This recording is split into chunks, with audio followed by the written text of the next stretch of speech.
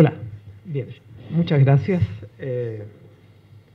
Después de la exposición que ha hecho tan brillante, tan buena Adriana, y con ese acento sevillano tan gracioso, ahora para variar un acento chileno, ¿no? Hay variedad de acentos aquí en esta mesa. Un acento catalán teñido de norteamericano, un acento argentino teñido de Andalucía, Jaén, ¿no? Uno indefinido, y uno puro de Sevilla, y el mío que ya no sé de dónde es. Bueno, de raíces chilenas. Yo voy a referirme ahora, en este momento, ¿no?, a cuestiones estrictamente jurídicas, ¿no? Estrictamente jurídicas, pero que creo que son importantes y que tienen que ser objeto también de discusión aquí. ¿Cuál es el interés que nosotros tenemos? Trataré de responder a esta pregunta. Primera, ¿cuál es el interés que nosotros tenemos que determinados comportamientos, crímenes financieros, cuyo merecimiento de ser catalogados como delitos es indiscutible? ¿Por qué queremos nosotros que sean crímenes internacionales? Eso es un tema que yo creo que tiene que ser aquí discutido. En segundo lugar, ¿cuál es la vía? ¿Cómo se hace para que un comportamiento, un crimen, sea crimen internacional? ¿No? No basta simplemente, ¿no es cierto?, vamos a ir, va a ser crimen internacional. El proceso es un poquito más complicado, ¿no? ¿Cuáles son las consecuencias que esto produce? Creo que son importantes, ¿no? Y esto está en relación también porque el interés, las consecuencias que produce que haya sido un comportamiento definido como crimen internacional, también está relacionado con el interés, que es la primera pregunta que planteaba. Y por último, un problema que es bastante importante, el cual algo se ha soslayado aquí, algo se ha dicho, ¿no?, pero que yo creo que merece merece más discusión, que es el problema de la jurisdicción con respecto a los crímenes internacionales. Lo haré de forma muy breve, ¿no? No quiero dejaré muchas cosas abiertas porque ojalá haya una discusión y haya muchas preguntas, ¿no? Estando claro, ¿no?, los comportamientos que deben de ser crímenes internacionales, de los cuales se ha hablado bastante, hemos hablado todos de ellos, yo creo que nadie ha dejado de hablar cuáles son merecedores de ser definidos como crímenes internacionales. Es importante que lo sean porque pasan a formar parte de un corpus juris supranacional, de un cuerpo jurídico supranacional. Esto es un cuerpo jurídico que está por encima de las naciones, por encima de los estados. Y esto ya se dijo ya en Nuremberg. El segundo principio de Nuremberg, ¿no?, ya establecía que habrá responsabilidades de las personas que han cometido crímenes contra la humanidad, independientemente de que esos comportamientos sean constitutivos de delitos en las legislaciones domésticas. No lo dice exactamente así, pero es lo que viene a decir el segundo principio de Nuremberg. Entonces, con lo cual, ¿qué es lo que está afirmando ahí Nuremberg? Que es un principio general de derecho, por lo tanto es una norma jurídica. Está diciendo, hay un cuerpo jurídico de carácter supranacional por encima de los estados. Yo creo que eso tenemos que tenerlo en cuenta, tenemos que tenerlo presente, ¿no?, en nuestras reflexiones. Es independiente de las legislaciones domésticas. ¿Y por qué está allí? ¿Cuál es el fundamento? En definitiva también, que esto está en relación con esto, el fundamento de los crímenes internacionales. El fundamento material, ¿qué es lo que hace? ¿Por qué racionalmente nosotros podemos decir, podemos afirmar, este comportamiento es constitutivo de un crimen internacional? Lo es, ¿por qué? Porque es una violación de un derecho humano. Es una violación de un derecho humano. Ese es el fundamento material. Y los estados, en la medida que han suscrito pactos internacionales, convenios internacionales de derechos humanos, están en la obligación de garantizar que esos derechos humanos sean efectivos. Luego, dentro de la garantía para que los derechos humanos sean efectivos, respecto de las violaciones más graves de derechos humanos, por supuesto, está el que sean definidos como delito, que es una forma de garantizar también la vigencia de los derechos humanos, castigando ciertas violaciones de derechos humanos que constituyen graves violaciones de derechos humanos. Entonces, el fundamento material está allí, constituyen violaciones de derechos humanos, ¿no? Y graves violaciones de derechos humanos y la obligación de garantía que han adquirido los estados cuando suscriben los pactos internacionales de derechos humanos, por ejemplo, sin ir más lejos, los pactos de Nueva York que mencionó antes Adriana, ¿no? O ya incluso hoy constituye norma jurídica la Declaración Universal de Derechos Humanos del año 1948. Es una norma jurídica, constituye un principio general de derecho.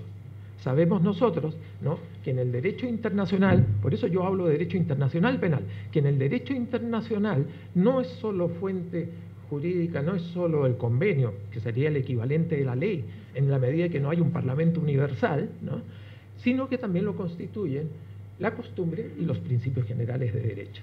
Y la Declaración Universal de Derechos Humanos del año 1948 constituye hoy, y esto es indiscutible, un principio general de derecho, por lo tanto fuente de derecho y por lo tanto normas jurídicas de carácter obligatorio y aplicables. Ahora, el que sea aplicable es el problema de la jurisdicción, que ya veremos, ¿no? Entonces, dicho esto, ¿no?, ya lo mencionaba, ¿cuál es la vía para que un comportamiento cuyo merecimiento de protección penal, cuyo castigo penal es indiscutible, lo tenemos todo asumido, sea constitutivo de un crimen internacional?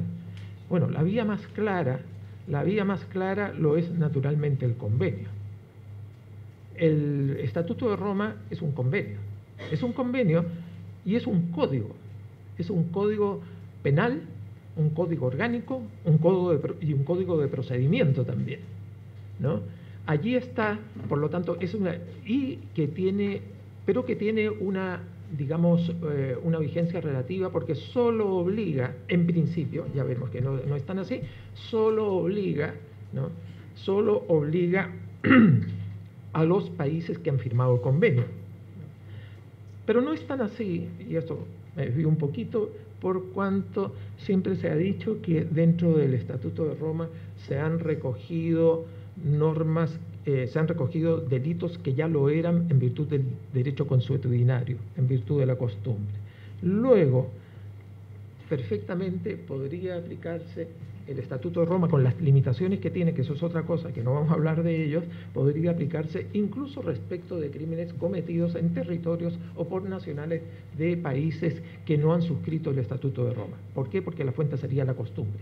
De ahí eso el valor, de ahí que tengamos que hablar nosotros, cuando hablamos del derecho, de este derecho de los derechos humanos, tenemos que hablar de un derecho internacional penal. ¿Por qué? Porque es antes que todo internacional penal. Se aplican normas, está regido por normas del derecho internacional. Es una especie dentro del derecho internacional, según mi criterio.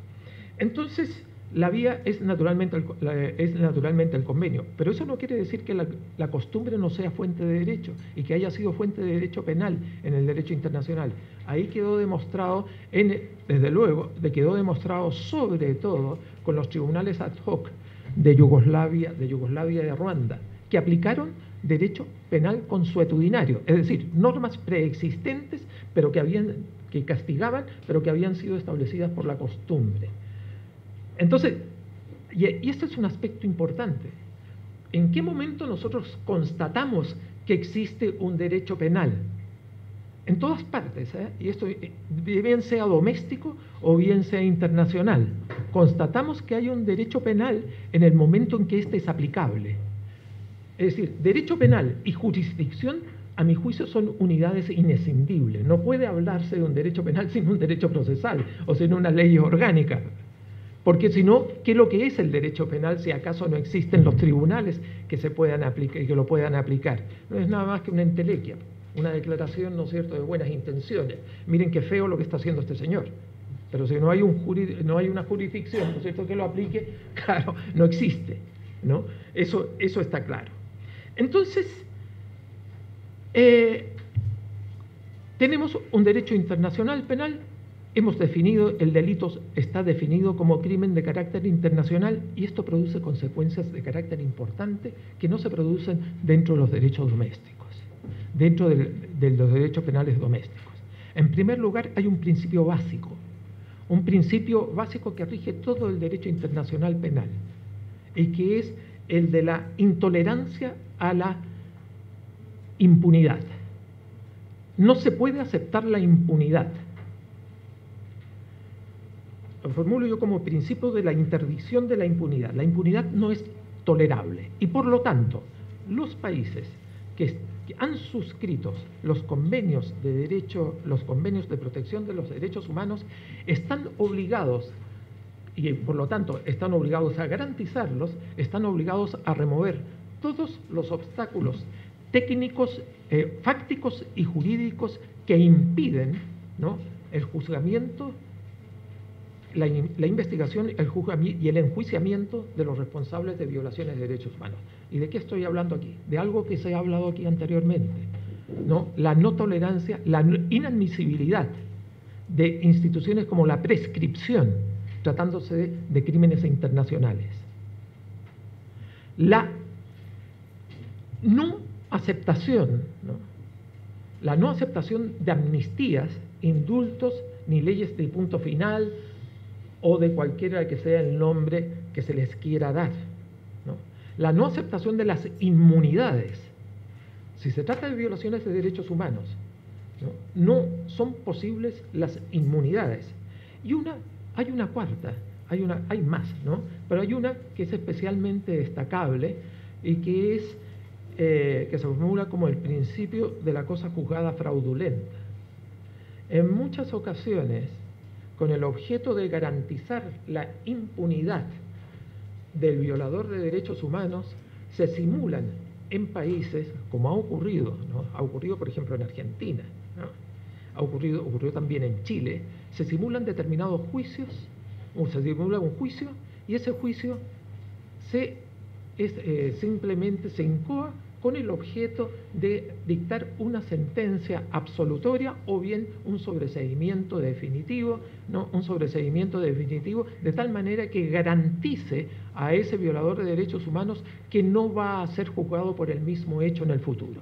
Es decir, hay allí, ¿no es cierto?, un abuso del derecho con el objeto, ¿no?, de garantizar el bis in idem, es decir, ¿no?, ¿cómo se llama?, de burlar en definitiva el principio, ¿no?, de la prohibición del bis in idem, ¿no?, el ne bis in idem. Entonces, la cosa juzgada fraudulenta. Entonces, ¿esto qué significa?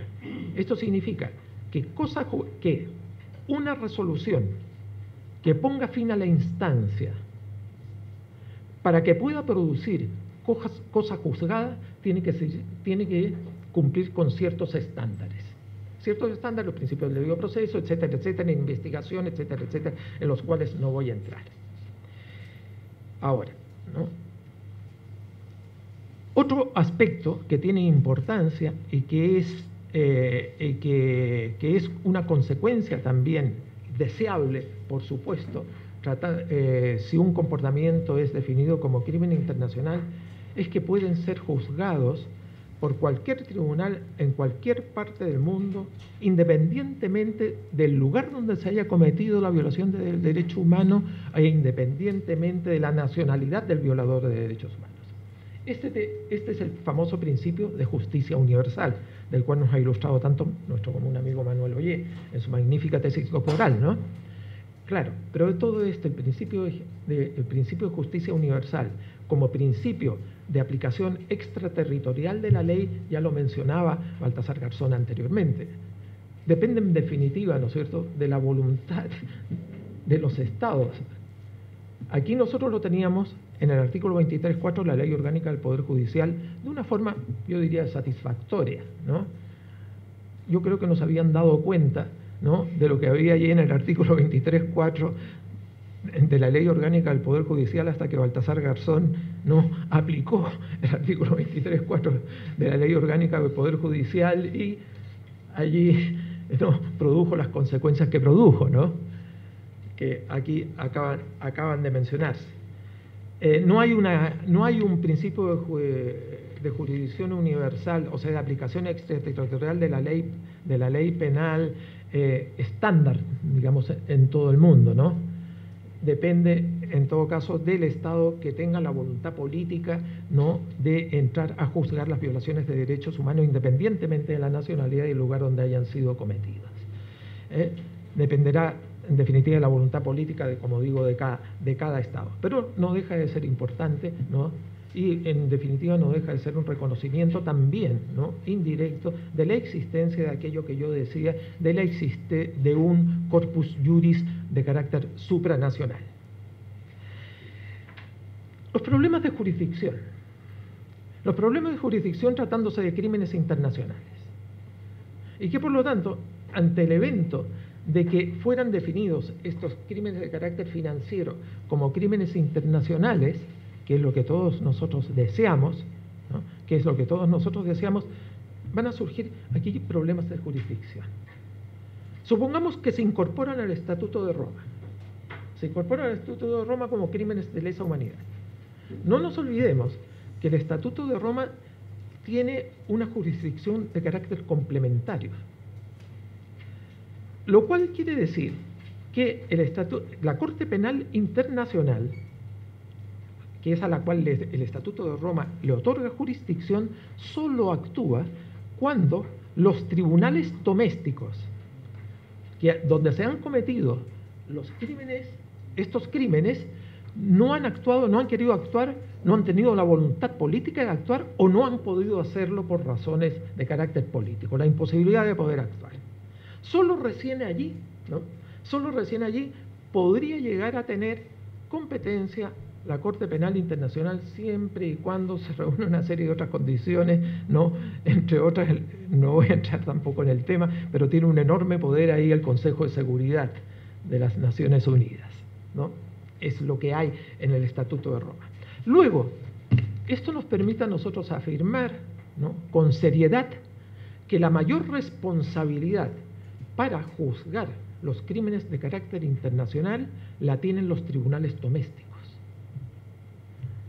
O sea, la gran mayoría de los crímenes internacionales tendrían que ser de competencia de los tribunales domésticos. Y ahora bien,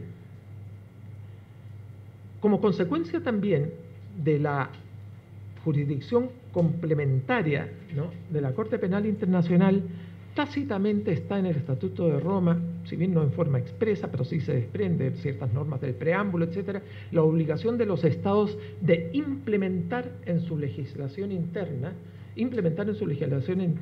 los crímenes del Estatuto de Roma. Es decir, se trata de crímenes internacionales que tienen que ser incorporados a la legislación interna y con lo cual se transforman en delitos de carácter doméstico. Y tanto es así que, por ejemplo, en el caso español se han hecho allí modificaciones, lo que para mi juicio constituye un error, ¿no?, modificaciones, se ha parcheado el Código Penal, ¿no? Se han incorporado así en bloque al Código Penal con mayor o menor fortuna técnica, ¿no?, en cuanto a su incorporación. Esto significa, en consecuencia, ¿no?, que los jueces aquí entenderán que están aplicando derecho interno. Yo creo que esto, a mi juicio, constituye un error. Lo que debieran tener competencia los jueces domésticos, sean españoles, franceses o lo que sean, ¿no?, es tener competencia para aplicar derecho internacional penal, con las normas especiales que rigen el derecho internacional penal y que yo las he mencionado anteriormente, donde la básica, decía yo, es la prohibición, ¿no?, de la impunidad. Es decir, entiendo yo que hay mucho que hacer en este aspecto en el ámbito jurisdiccional tratándose de derecho internacional penal. Si hay nosotros lo pudimos apreciar, ¿no?, aquí en el caso Silingo, ¿no? En el caso Silingo, los jueces de la instancia aplicaron derecho internacional penal y el Tribunal Supremo, la Corte Suprema, el Tribunal Supremo, ¿no?, el Tribunal Supremo aquí en su sentencia, que si bien es cierto condena a Silingo, pero sin embargo establece ahí una doctrina así bastante interesante también, pero sin embargo dice, miren, la única fuente del derecho penal solo del derecho penal español solo lo puede ser la ley, una ley de carácter parlamentario, viene a decir. Por lo tanto, y después en el caso del franquismo, claro, exactamente. el péndulo, ¿no? Bien, bueno, ahora va para un solo lado, claro. Entonces no deja de ser un problema eso. Porque ¿qué es lo que va a pasar? Supongamos, ¿no? Supongamos que los tribunales, un tribunal español, ¿no?, entra a juzgar un crimen internacional que ya no será internacional, sino que será aplicación del Código Penal español. ¿Aplicará estas normas que no toleran la impunidad? En la medida que no están incorporadas al derecho interno, salvo lo de la prescripción, ¿no? Pero la cosa juzgada fraudulenta, por ejemplo, que puede haberla. ¿Por qué no puede haberla? Claro que puede haberla. Entonces, por eso mismo, ¿no?, yo pienso que también tiene que ser una lucha el problema de la jurisdicción. Yo pienso que tiene que dársele competencia al juez español para aplicar derecho internacional penal. Derecho internacional penal. Que naturalmente podemos, que sea al margen del derecho penal doméstico, ¿no? Yo creo que en Alemania han hecho bien, por ejemplo, ellos no han parcheado el Código Penal, sino que han establecido un Código Penal internacional, Código Internacional Penal, un texto aparte, ¿no? No conozco bien su contenido, yo tendría que entrar allí.